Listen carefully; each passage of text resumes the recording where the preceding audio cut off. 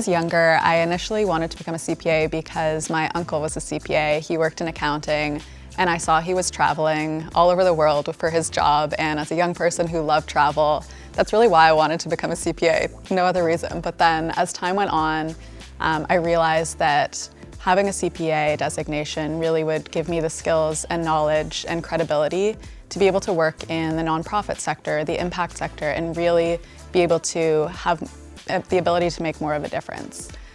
So it did start off with that desire to travel, but quickly became more of an interest in being able to make a difference with a designation like the CPA. And interestingly, I actually never, when I worked in audit, I never ended up traveling for work. So luckily that wasn't the end goal for becoming a CPA. EY was really a firm where I felt like there was people that I could connect with. Everybody felt very down to earth. Although there's long hours in accounting, I really felt like I was learning a lot from the leadership there, and it was really a great opportunity to connect with folks while I was working those long hours, writing the exams. It was kind of a nice community to be with while I was getting the CPA designation. After I did get my CPA designation, I was really looking to move into something either in the nonprofit world or still in the corporate sector, but I really felt that I loved the culture at EY and I loved the work that we were doing in kind of the working with nonprofits space. So the timing kind of worked out well, and I connected with a lot of the leaders at EY, and I was able to move into corporate social responsibility. So I'm still at EY now, and that's what I'm doing now. And I think a lot of the skills that I learned going through the CPA process and writing the exams and doing the projects really helped kind of develop a lot of the soft skills that I now use today in my day job. A lot of the tools that I really learned during the process of getting my CPA have helped me both as a leader at EY and in terms of the volunteer work and the community work I do outside of EY. And I think it's really that sort of leadership ability to speak with other leaders, advocate for change. These are all things that I felt that I did learn through the process of becoming a CPA and having those mentors and supporters. I brought an Eiffel Tower because I absolutely love traveling.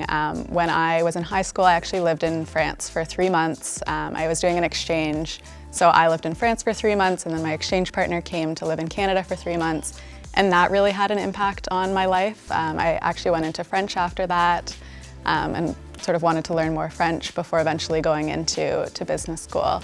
But I've traveled a lot of different places. Hopefully post-COVID that'll be able to pick up a bit more again, but I think of all the places I've been, probably Iceland is one of my favorite.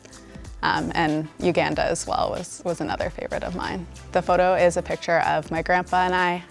He passed away about 5 years ago, but I know he would be really, really proud to see me here. So I think I've always been very passionate about championing women. I think in recent years there has been a lot of change, and that's really exciting to see. But I felt that when I entered the workplace, I really wanted to be able to be part of that change. So I've been involved in our professional women's network at EY really since joining the firm. I'm currently co-chairing the network. And I do see less of it in the workplace than I did at school, but I think there's still a long way to go. And I think my perspective has been changing as well.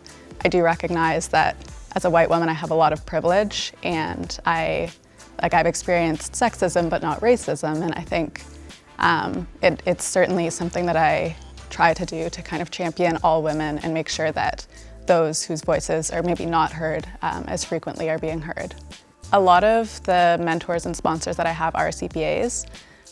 Working at a place like EY, I think it's important to have both mentors and sponsors.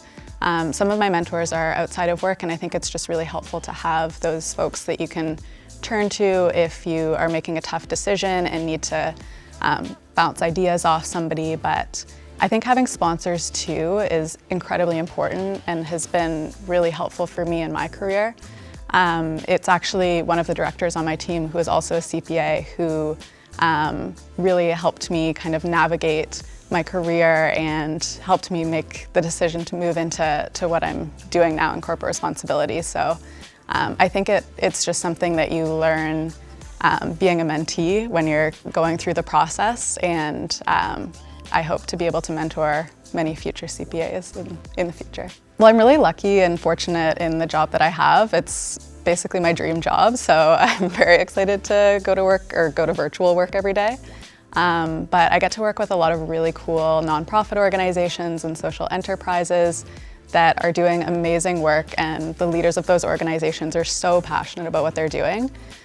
So I'm just very excited to be able to work with them. All of the folks that I work with within the firm are also equally passionate about social impact.